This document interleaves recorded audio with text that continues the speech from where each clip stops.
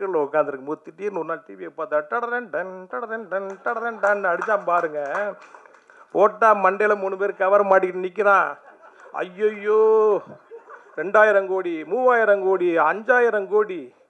இவங்க என்னவா இருக்காங்கன்னா அவனை இங்கே ஆரம்பித்து, அதாவது இரட்டை கோபுர வழக்குக்கு இடிப்புக்கும் அமீருக்கும் சம்மந்தம் இல்லைன்றதை தவிர அனைத்தையும் சொல்லிட்டான். அல் கொய்தாக்கு நம்ம தான் பயிற்சி கொடுத்த மாதிரியில் வச்சுன்னு சொல்லுவாங்க போல். ஒரு அளவு வேணாமாங்க, புழுனித்தனத்துக்கு ஒரு அளவு வேணாமா? ஒரு வாய் இருக்குன்றக்காக என்ன வேணாலும் பேசலாமாங்க. அவர் நல்ல நட்பில் இருக்கிறார். ஒரு ஹீரோ சாரை வச்சு படம் பண்ணுறீங்க, ரைட்டு, படத்தை நல்லபடியாக முடிச்சிட்டிங்கன்னா நான் உங்களுக்கு ஒரு டேட் தரேன்ட்டார். இப்போ ஒரு 50 கோடி ரூபாய்க்கு இருக்க ஒரு வியாபாரம். நான் கேட்க போகிறதில்ல, அவர் கொடுத்தாலும் எனக்கு வேணாம். எனக்கு அடுத்து என்னென்ன செய்ய முடியுமோ. எஃப்எம்எஸ்க்கெல்லாம் பார்த்தீங்கன்னா 15 நாளைக்கு முன்னாடி கொடுக்கணும். அப்போ தான் துபாயெல்லாம் சென்சார் பண்ண முடியும், சப்டைட்டிலாம் போட முடியும். எல்லாத்தையும் கெடுத்து அப்போ நான் என்னென்னா இது என்னடா சோதனைன்ட்டு. ஒரு காலம் இருந்தது மாதிரி இல்லை. அவர் சொன்னார்ல பொறுக்கியாக இருந்தவர் வந்தவர் சாருன்ட்டு. நம்மளும் கிட்டத்தட்ட அதே கேட்டகரி தான். அங்கங்கே கூட்டம் கூட்டமாக போய் சண்டை போடுறது. ஒரு சினிமா பார்க்க போகிற இருந்தால் கூட 10 பேர் போகும்போது பருத்தி வரல குறுவாள் எடுப்பான் பாருங்க, அப்படி வாள் எடுத்து சொல்லிட்டு போவான், எவனா எங்கேயும் அடிச்சு போடுவான் நம்மளை அப்படின்ட்டு. அப்படிலாம் ஒரு காலம் இருந்தது. இதுக்கெல்லாமா நம்ம பயப்பட போகிறோம் நம்ம? ஆனால் எந்தெந்த வழியில் கெடுக்க முடியுமோ எல்லா வழியிலையும் கெடுத்தார். கடைசி என்னென்னா என்கிட்ட நல்லா பேசவும் செய்வார், அப்பப்போ பேசவும் செய்வார். ஒரு நண்பர் அவர் பேசுனதை ரெக்கார்ட் பண்ணி எனக்கு அனுப்பிச்சி விட்டார். இப்போ என்கிட்ட இருக்குது, என் கையில் இருக்குது, பாருங்க அப்படின்ட்டு. காதல் பிரதானமாக இருக்குது. நீங்கள் அந்த சாங் பார்த்தீங்க, சிவகார்த்திகேயனுக்கு டப்பு கொடுத்துருக்காரு நம்ம ஹீரோ. அவ்வளோ அழகா ஸ்க்ரீனில் அவ்வளோ அழகாக இருக்கிறாரு. அரங்கத்தில் இருக்கும் அனைவருக்கும் ஏக இறைவன் புறத்திலிருந்து சாந்தியும் சமாதானமும் உண்டாகட்டும். காலம் பொன் போன்றது. முதல்ல ஒரு 45 நிமிஷம் அந்த விழாவை தாமதமாக ஆரம்பித்ததுக்கு உங்கள்கிட்ட நான் மன்னிப்பு கேட்டுக்கிறேன். நான் ரெண்டாவதா என்னை இந்த உயிர் தமிழுக்கு திரைப்படத்திற்கு இயக்குனராக்கி அழகு பார்த்த எனது குரு அமீர் சாருக்கு, மக்கள் போராளி அமீர் சாருக்கு நன்றி. நான் ஏன் அவரை குருன்னு சொல்கிறேன்னா, நான் அவருடைய எந்த திரைப்படத்துலேயும் உதவியாளராக நான் வேலை செய்யலை. அவரோட படத்துக்கு நான் இயக்குனர். ஆனால் நான் ஏன் அவரை குருன்னு சொல்கிறேன்னா, அதுக்கு ஒரு குட்டி பிளாஸ்பேக் இருக்குது. ஒரு குட்டி பிளாஸ்பேக் இருக்குது. கொஞ்சம் டைம் எடுத்துக்கிறேன், மன்னிக்கணும். என்னென்னா, ஒரு இயக்குனரை எனக்கு இது அரங்கேற்றம். இவங்கெல்லாம் பல அரங்கேற்றங்களை பார்த்தவங்க இந்த மேடையில் இருக்கிற எல்லா பேருமே. எனக்கு இது அரங்கேற்றம். அவரோட மௌனம் பேசியதே திரைப்படத்தோட ஆடியோ லான்ச்சு தான் எனக்கு சினிமாவில் ஃபஸ்ட்டு என்ட்ரி. நான் முதல்ல பார்த்த ஒரு இசை வெளியீட்டு விழா தேவி தியேட்டரில் மௌனம் பேசியதோட இசை விழா. அப்போ தான் நம்ம சினிமாவுக்கு வரணுன்ற ஒரு முழுமையான நம்பிக்கை சினிமா நமக்கு இருந்தது. ஊரில் இருக்கும்போதே நமக்கு சினிமா கனவுகள் இருந்தது. அவரை பார்த்து தான் நான் வந்தேன் சினிமாவுக்கு. ஏன் அந்த நம்பிக்கை, ஊரை விட்டு நம்ம கிளம்பி சினிமான்னு வரணுன்ற நம்பிக்கை ஏன் வந்ததுன்னா, உங்களுக்கு எல்லாருக்கும் தெரியாது, இந்த அரங்கத்திலேயே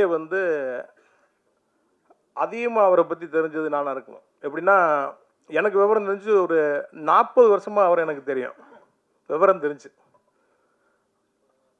ஏன்னா மதுரையில் என் வீட்டுக்கு எதிர்த்து வீட்டுக்காரர் அவர், என் சொந்தக்காரரு, என் வீட்டுக்கு எதிர்த்து வீட்டுக்காரரு.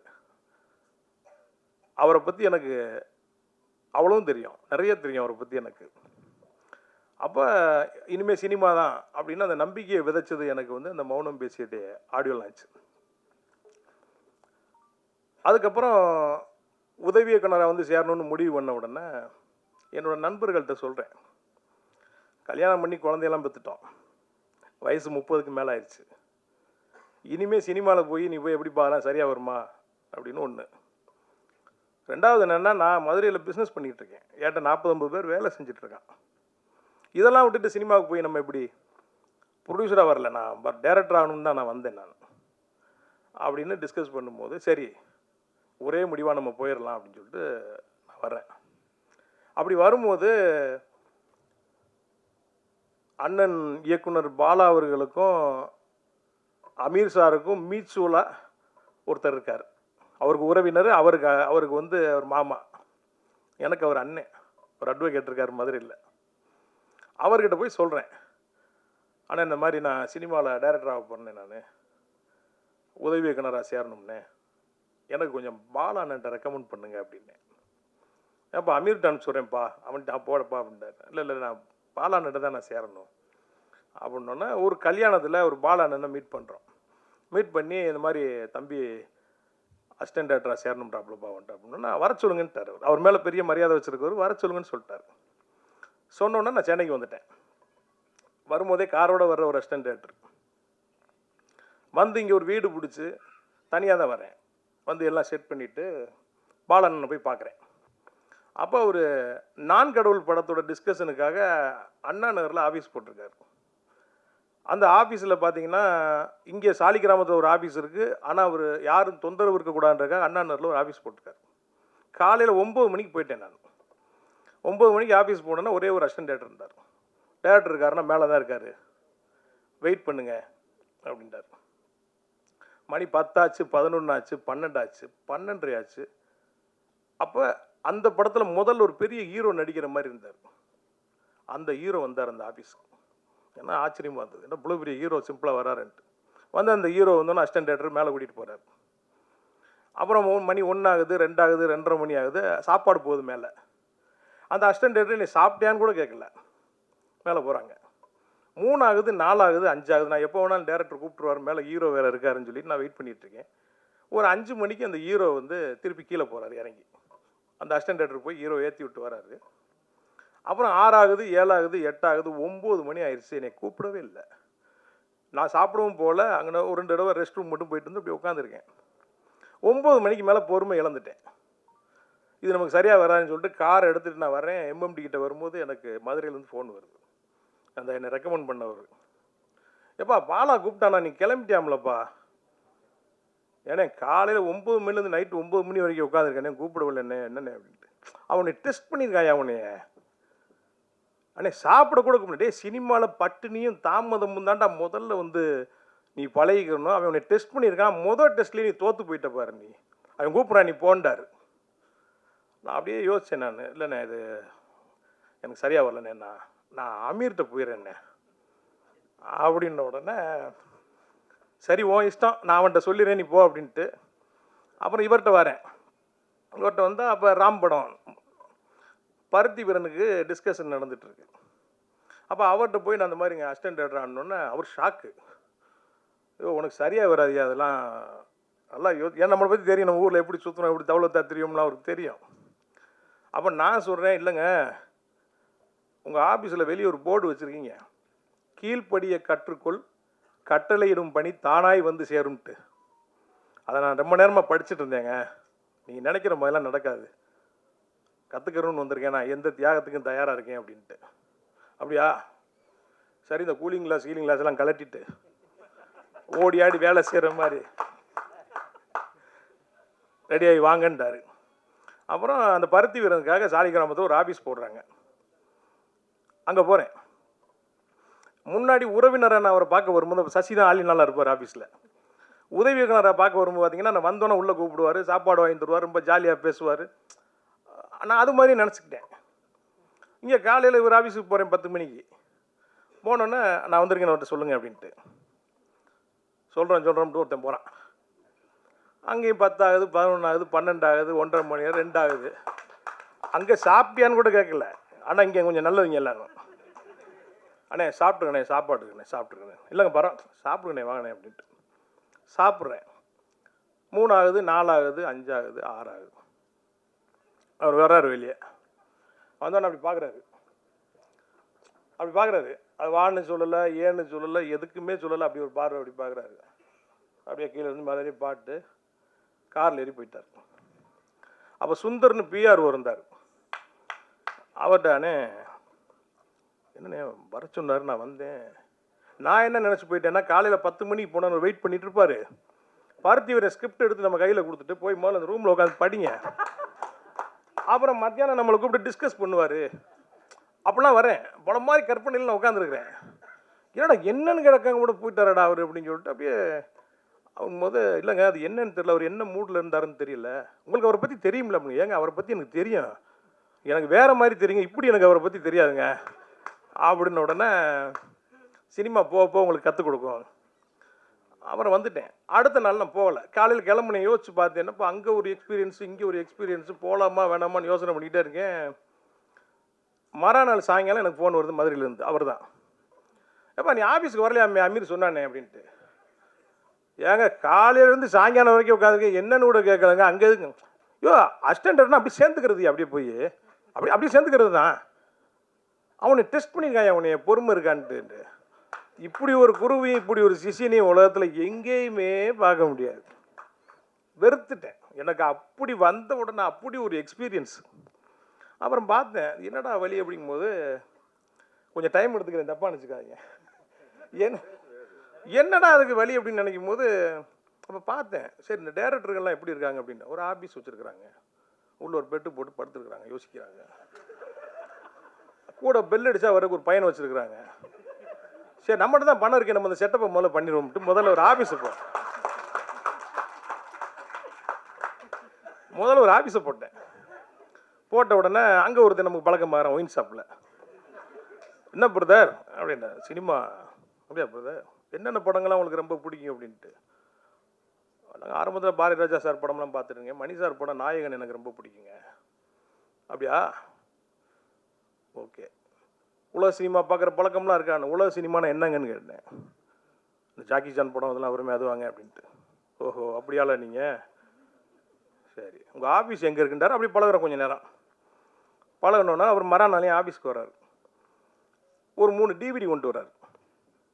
ஒரு படத்தை போடுறாரு, காட்ஃபாதர் படம் ஓடு. அப்படியே பார்க்குறேன், எனக்கு மணி சார் மேலே இருந்த மரியாதை அப்படியே இறங்கிருச்சு. அப்படியே படம் பார்த்தேன், எப்படி அப்படின்ட்டு. என்னங்க அது, இது மட்டும் இல்லை இன்னொரு பாட்டு இருக்கு பாருங்கன்ட்டார். அதை பார்க்குறேன். இன்னொரு பாட்டு பாருங்கிறார், அதையும் பார்க்குறேன். அதுக்கப்புறம் என்ன பண்ணுறாரு, ஒரு வீடியோ காட்டுறாரு. அதில் அந்த படத்தோட ஆஸ்கார் அவார்டு விழா நடக்குது. அந்த படத்துடைய ரைட்டர் பார்த்தீங்கன்னா 2 ஆஸ்கார் அவார்டை கையில் வாங்கிட்டு அந்த டேரக்டர் திட்டுறாரு, நான் எழுதின கதையில் அவன் 10% கூட படம் மாட்டேங்கலன்ட்டு. இப்படின்னே அவர் ஓவியமாக கதை எழுதினார். அந்த புக்கு எங்கேயா கிடைக்கும்னோன்னா அங்கங்கே லைப்ரரியில் தேடிக்கிட்டு அந்த புக்கு வருது. அதுக்கு ஒரு டிரான்ஸ்லேட்டர் வச்சு படித்து நமக்கு சொல்கிறாரு கதையை கேட்கும்போது ஆகா உண்மைதான் அவர் சொன்னது, உண்மையிலே அவர் எழுதின கதையில் 10% தான் படமாக்கியிருக்காங்க. அப்புறம் அந்த இன்னொரு 4 டிவிடியை கொண்டு வர்றாரு. அடுத்த நாள் இந்த ஸ்டிங்க்னு ஒரு படம், இதை பாருங்கன்ட்டு. அதை பார்த்தா உப்பு கரையுது, உப்பு குறைஞ்சா டியூப்பு மேலே வருது, டியூப்பு மேலே வந்தால் பலானது மேலே வருதுன்னா அதில் இருக்குது. அவ்வளோதானா, இன்னும் இருக்காங்கன்னு இன்னொரு இருக்கு பாருங்கன்ற. Once upon a time in அமெரிக்கான்னு ஒரு படம் பாரு, அமெரிக்கன் கேங்ஸ்டர்னு ஒரு படம் பாரு, அதை பாரு இதை பாருன்னு வருது. அப்படியே மணிரத்னம் சார் மேலே அந்த மரியாதை திருப்பி ஏறுது மேலே. ஒரு சினிமாவுக்கு இவ்வளவு மெனக்கெடுவாங்களா? Excellent movie. அப்படி ஒரு டைரக்டர், நம்ம ரசித்த டைரக்டர். அப்படியே மணி சார் அப்படியே போகிறார், அப்படியே போகிறார். அப்போ என்னன்னா சரிங்க இது மாதிரி படங்கள்லாம் என்ன இருக்குங்க காட்டுங்க. ரோமன் ஹாலிடேன்னு ஒரு படம் காட்டுறாரு. இந்த ரோமன் ஹாலிடே எங்கே இருந்து வச்சுங்க, இது தாங்க அன்பேவாவா ரோமன் ஹாலிடேவான்னு பார்த்தா அது அப்படி தான். அன்பேவா உயிரே உனக்காக ஆகுது, உயிரே உனக்காக. அப்புறம் பார்த்தீங்கன்னா மறுபடியும் கஜினி ஆகுது, அப்படி வந்துட்டே இருக்குது. அப்போ இதெல்லாம் பார்க்குறோம். அப்புறம் நண்பர்கள் நமக்கு பழகுறாங்க. அப்புறம் அவங்க 2 பேர்ட்டையும் சேரணும்னு சினிமா கற்றுக்குன்னு நினச்சேன். ஆனால் காலம் என்னை கொண்டு போய் இவர்கிட்ட தள்ளி விட்டுச்சு. நம்மள்கிட்ட தவறா சொல்ல தலைவா கோச்சுக்கிறாங்க. படம் ஷூட்டிங் போகிற 2 பேரும். அப்போ கொஞ்சம் சாப்பிடுவோம் நாங்கள் 2 பேரும். சாப்பிட்டு அப்படியே பயங்கரமாக ஆட்டம் பாட்டமாக ட்ரெயினில் போகிறோம். காலையில் இறங்கி பார்த்தா ஸ்கிரிப்டை காணோம். இப்போ மாதிரி பார்த்தீங்கன்னா ஃபோனுக்குன்னு இந்த வசதியெல்லாம் இல்லை. ஒரு 2 காப்பி ஒன்று கையில் வச்சுருக்கோம், ஒன்று ஆஃபீஸில் இருக்குது. ப்ரொடியூசரோட சொந்த ஊரில் ஷூட்டிங். சீன் பேப்பர் இல்லாமல் எங்கிட்ட ஷூட்டிங் எடுக்கிறது காலையில். அப்புறம் அங்கே ஃபோன் அடிச்சு இங்கே ஃபோன் அடிச்சு டிடிக்கு அடிச்சு அவனுக்கு அடிச்சு இவனுக்கு அடிச்சு எவனுக்கு அடிச்சும் ஸ்கிரிப்ட் கிடைக்கல. அப்புறம் உட்காந்து ஒரு சீனை எழுதி எடுத்துக்கிட்டு இருக்கேன். அப்புறம் வர்றாங்க, சினிமாவில் என்னெல்லாம் செய்யக்கூடாதுங்கிறத. ஏன்னா அவருக்கு ஹீரோ கிடைக்கல. இவன் தான்ப்பா நமக்கு ரஜினி, இவன் தான்ப்பா நமக்கு கமல்னு எடுக்கிறார் படம். ஹீரோ கிடைக்கல அவருக்கு. என்னெல்லாம் செய்யக்கூடாதுங்கிறத இந்த முகாமில் இருந்து கற்றுக்கிட்டேன். அதில் ஒரு ஹீரோ நடித்தான். அவன் பாருங்கள் முதல் படம் அவன் வந்து ஆக்சிடென்டல் பிரைம் மினிஸ்டர் மாதிரி ஆக்சிடென்டலாக ஹீரோவான அவன் முதல் நாள் நைட்டு. அவன் பாதி படம் போயிட்டு இருக்கும்போது பார்த்தீங்கன்னா ஆர்டி ராஜசேகர் கேமரா அடுத்து அவர் கூப்பிட்றாரு இவர் கூப்பிட்றாருங்கிறான். முடியல, மொட்டை அடிக்கணும் இவர் ஒரு சீன் இன்ட்ரோல் பிளாக்கு. அதை கடைசியாக கிளைமாக்ஸ் முடிஞ்சோன்னா மொட்டை அடிக்க மாட்டேன்ட்டான் கிளைமாக்ஸில். அப்புறம் அவனோட நான் சண்டைக்கு போய் கடைசியில் இந்த படத்தில் எனக்கு அசிஸ்டன்ட் கார்டு அவங்க போடல, போங்கடான்னு விட்டுட்டேன்.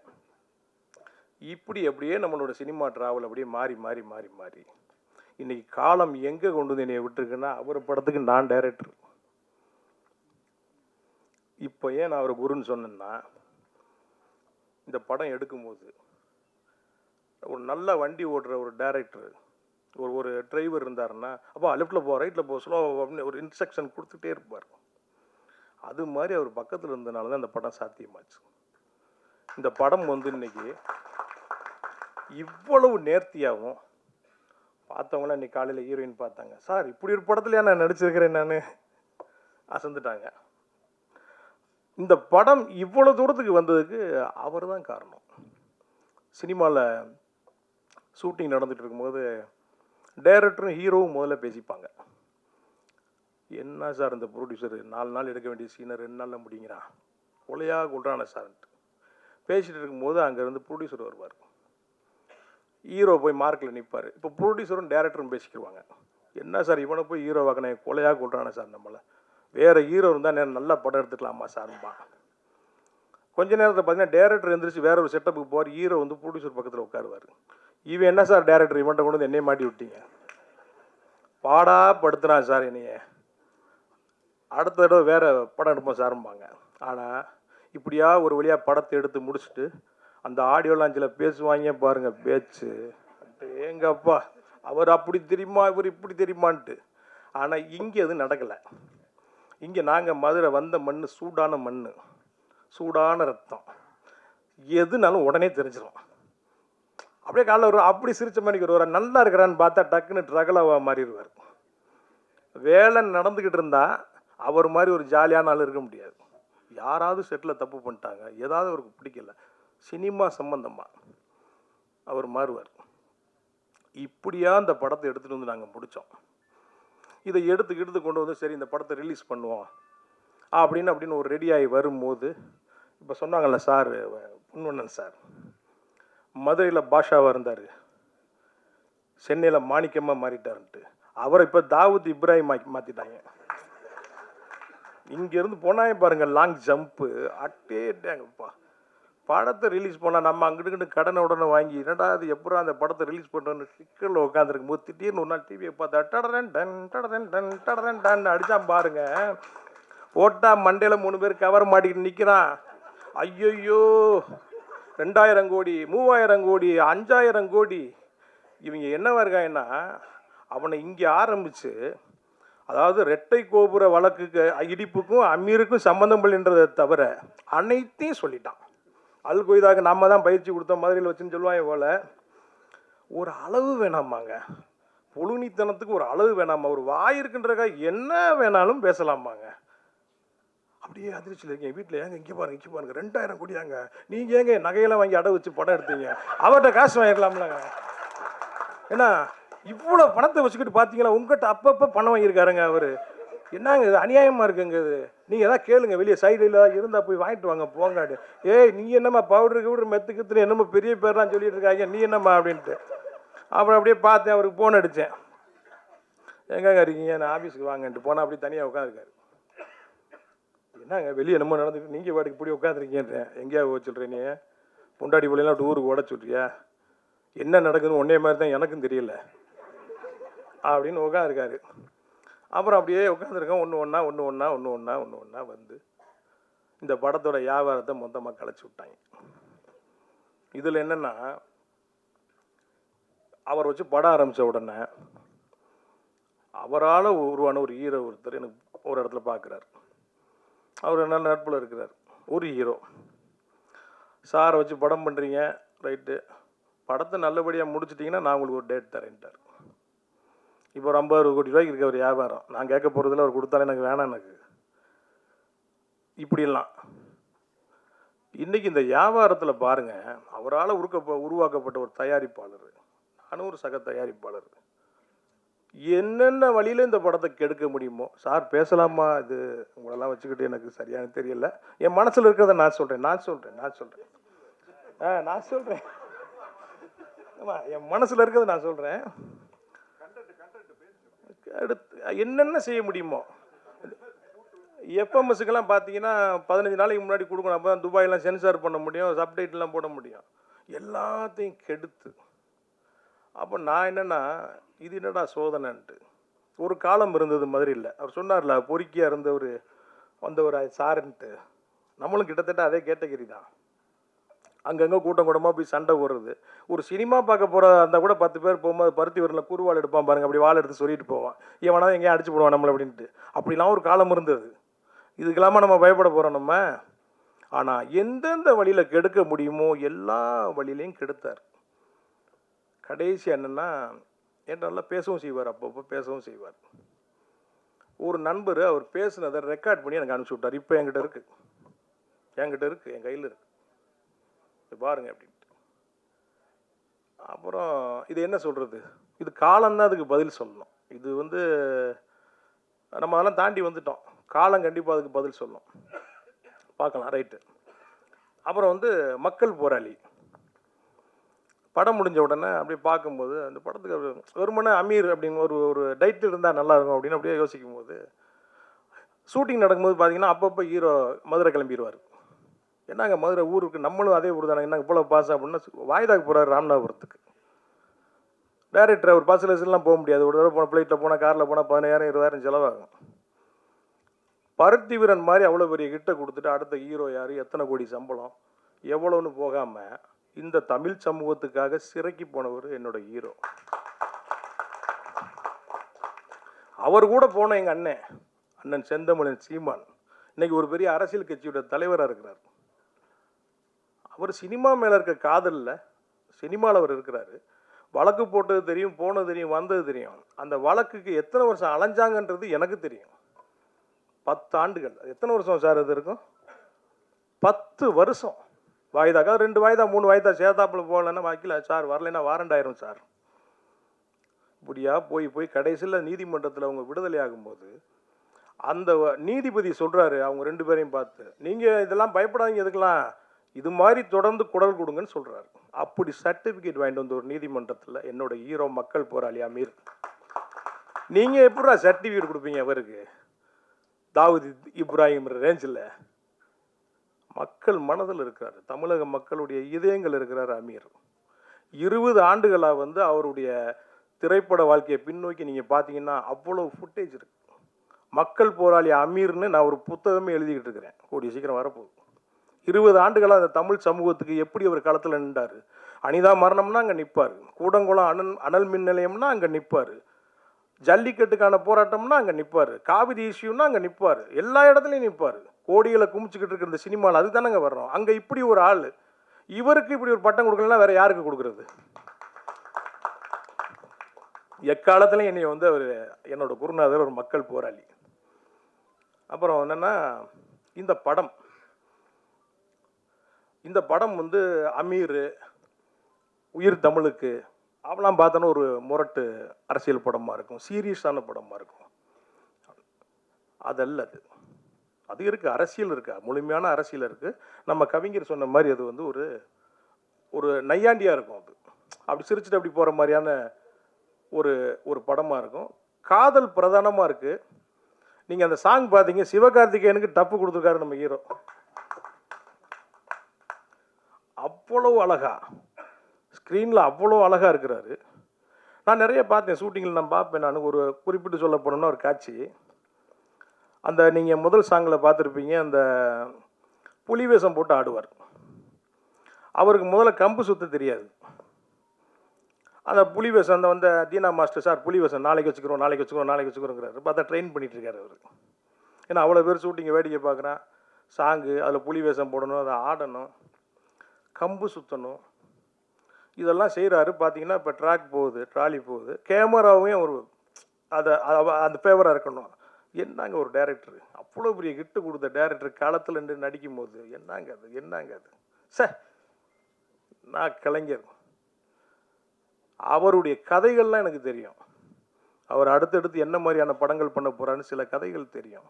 அவரை வேலை செய்ய விடுங்க. அவரை நல்ல திரைப்படங்கள் தமிழகத்துக்கு வரும், மக்களுக்கு பயனுள்ள திரைப்படங்கள் வரும், அவர் வேலை செய்ய விடுங்க. அதே மாதிரி சாந்தினி சாந்தினி சாந்தினி சரியா? கேட்டுக்கிறேன் ஒரு தடவை. சாந்தினி ஃபஸ்ட்டு ஷெட்யூலில் ஷூட்டிங் வரும்போது ஹீரோயின் இருக்கிற இடமே தெரியல. கூப்பிட்டா வர்றாங்க போகிறாங்க, ஷார்ட் முடிஞ்சோன்னே போகிறாங்க. அப்போ நான் வந்து என்ன பண்ணேன், ஒரு பிரேக்கில் சொல்கிறேன், ஏம்மா இப்படிலாம் இருக்கக்கூடாதும்மா இங்கே சினிமாவில். ஏம்மா ஒரு ஹீரோயின் வந்திருக்கு, ஒரு ஷெட்யூல் போயிட்டுருக்கு, ஹீரோயின் அதை கேட்டாங்க இதை கேட்டாங்கன்னு 4 பேர் வந்து என்னை கம்ப்ளைண்ட் பண்ணாதாம்மா பெரிய ஹீரோயின் ஆக முடியும். இருக்கிற இடமே தெரியாமல் இப்படி இருந்தால் என்னம்மான்றேன். சார் எனக்கு புரியல சார், ஏதாவது கேட்கணுமா, எனக்கு இந்த தண்ணி சரியில்லை, மினரல் வாட்டர் கொடுங்க குளிக்கிறதுக்குன்னு எதாவது கேட்கணும்ல. எதையுமே கேட்கல. அப்படி ஒரு ஆர்டிஸ்ட், எந்த கஷ்டமும் நம்ம கொடுக்கல. அப்படி ஒரு ஒத்துழைப்பு கொடுத்த ஒரு ஆர்டிஸ்ட்டு அவங்களுக்கு நல்ல இந்த படத்துக்கு பிறகு. ஏன்னா அமீர் சார் தமிழ்நாட்டில் ஒரு பெரிய ஆள் தெரியும்.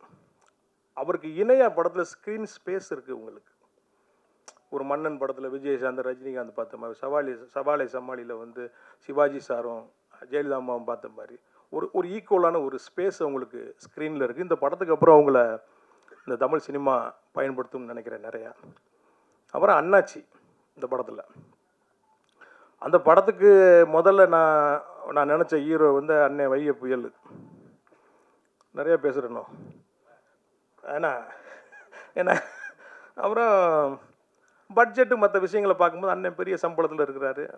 அவருக்கு இவருங்க எப்போவுமே பாருங்கள் ஒரு வாக்கிய வரப்பு தராரு இருக்கும் 2 பேர்த்துக்கும். அவர் ஒரு ஏரியாவில் இருப்பார், இவர் ஒரு ஏரியாவில் இருப்பார். அப்புறம் அப்படி இப்படின்னு போய் கடைசியில் அண்ணாச்சி. அப்போ படம் ஃபுல்லாக வர்ற கேரக்டர் மொத்தமாக அப்படி ஒரு தூக்கி நிப்பாட்டுற பக்கத்தில் ஒரு சப்போர்ட்டிங் ஆர்டிஸ்ட்டாக, ஒரு காமெடியனா, ஒரு குணச்சித்திர நடிகராக எல்லாமே இருக்கிற ஒரு கேரக்டரு அருமையாக பண்ணியிருக்காரு.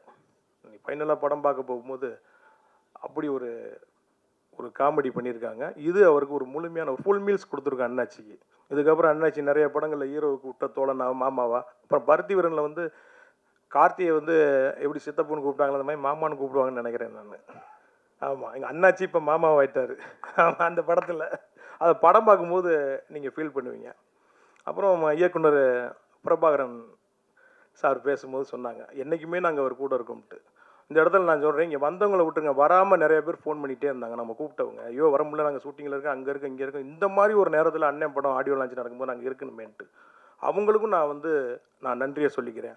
அப்புறம் கருப்பு சில சீன்கள் இந்த படத்தில் பல சீன் இருக்கார். 10 சீன் அவர் வந்தாலும் பட்டாசாக இருக்கும். அப்படி ஒரு டைலாக் டெலிவரி, அப்படி ஒரு காமெடி. இன்னைக்கு காலையில் படம் பார்த்தோம் அவங்க சாந்தினி சார், என்ன சார் இப்படி பண்ணியிருக்காரு, ஒரு படம் ஃபுல்லாக வச்சுருக்கலாமேன்ட்டு. அவ்வளோதான், அந்த சார் சொன்ன மாதிரி அங்கே ஸ்பேஸ் கிடைக்கலங்க. அப்புறம் கவிஞருடைய பாட்டு நாங்கள் ரிலீஸ் பண்ண பாட்டிலே பார்த்தீங்கன்னா நிறைய வியூஸ் போயிருக்குது. அவர் எழுதின அந்த ஓட்டு கேட்டு ஓடி வருவான் சாங்க, நம்ம குரு பாடின பாட்டு. இந்த பாராளுமன்ற தேர்தலில் பட்டையை கிளப்பியிருக்கு இந்த பாடல். ஆமாம், அப்புறம் நம்ம குருநாதர், ஆமாம் இன்னொரு குருநாதர் என் சரவண சக்தி நண்பர், ஏன்னா அவர் பாடுங்க படம் ஃபுல்லாக அவர் ஒரு ஏரியாவில் கிளக்கியிருப்பார். அவரும் நல்ல அவர் என்னென்னா வருஷத்துக்கு 4 படம் பண்ணுறாரு. எப்போங்க அப்படின்னா ஒரு படம் ஆடியோ லான்ச் பண்ணுறாரு, ஒரு படம் ரிலீஸ் ஆகுது, பார்த்தா அடுத்த படம் முடிச்சிட்டேங்கிறாரு. எங்கிட்ட இவருக்கு ப்ரொடியூசர் கிடப்பாங்கன்னு தெரியல, வரைச்சி ஆட்டி தள்ளுறாரு. வாழ்த்துக்கள் சார் உங்களுக்கும். மற்றபடி நிறைவாக எல்லாம் பேசிட்டோம்னு நினைக்கிறேன். பொன்வண்ணன் சார் வந்து இந்த படத்தில் பாருங்கள், இந்த படம் எடுத்த காலகட்டத்தில் எங்களுக்குள்ள நல்லது கட்டத்தில் எல்லாத்துலேயுமே வந்து எங்களுக்கு ஒரு நல்ல அட்வைஸ் கொடுத்து நல்லா இது பண்ணி வந்தாங்க. இன்றைக்கி வந்து இப்படி ஒரு சூழ்நிலையில் வந்து இங்கே வந்து சாரை பற்றி அவர் கூட பழகி அவரோட ட்ராவல் பண்ணி அதை வந்து அவங்க முன்னாடி வந்து அவ்வளோ அழகாக சொன்னாங்க. அவங்களுக்கு நன்றி. அண்ணன் கருப்பழனியப்பன் அவர் வந்த உடனே அண்ணனை பார்த்தேன் வேட்டி சட்டையில் கரெக்டாக வந்திருக்காரு இந்த படத்துக்கு. நான் கேட்டேன், அண்ணே நான் நினச்சேனே எல்லோரும் வேட்டி சட்டையில் வரும், நீங்கள் வந்திருக்கீங்கண்ணே கரெக்டாக. உயிர் தமிழுக்குன்ற டைட்டில் இந்த படத்துக்கு மிகச்சரியான காஸ்டியூமில் வந்திருக்காங்க. நான் அவங்களோட பெரிய ஃபேன், அவங்களோட பேச்சுக்கு நான் வந்து பெரிய ஃபேன். நான் அண்ணன் அடமலை மாதிரி இப்போ அண்ணனுடைய பேச்சை கேட்குறதுக்கு நான் தயாராக இருக்கிறேன். உங்களை மாதிரி நானும் ஆர்வமாக இருக்கேன். என்னோடய குரு அமீர் சாருடைய பேச்சை கேட்குறதுக்கு நம்ம ரொம்ப ஆர்வமாக இருக்கிறேன். வர 10ஆம் தேதி படம் ரிலீஸ் ஆகுது. பத்திரிகைக்காரங்க நான் வந்து ஏற்கனவே இந்த படத்தோட வியாபாரத்தை கெடுத்து விட்டாங்க, பணம் கிடைக்கல, விளம்பரம் பண்ணுறதுக்கு என்கிட்ட காசு இல்லை. நீங்கள் தான் கொண்டு போய் இந்த படத்தை மக்கள்கிட்ட போய் சேர்க்கணும். மறுபடியும் உங்கள்கிட்ட வேண்டி விரும்பி கேட்டு நன்றி கூறி விடைபெறுகிறேன். நன்றி, வணக்கம்.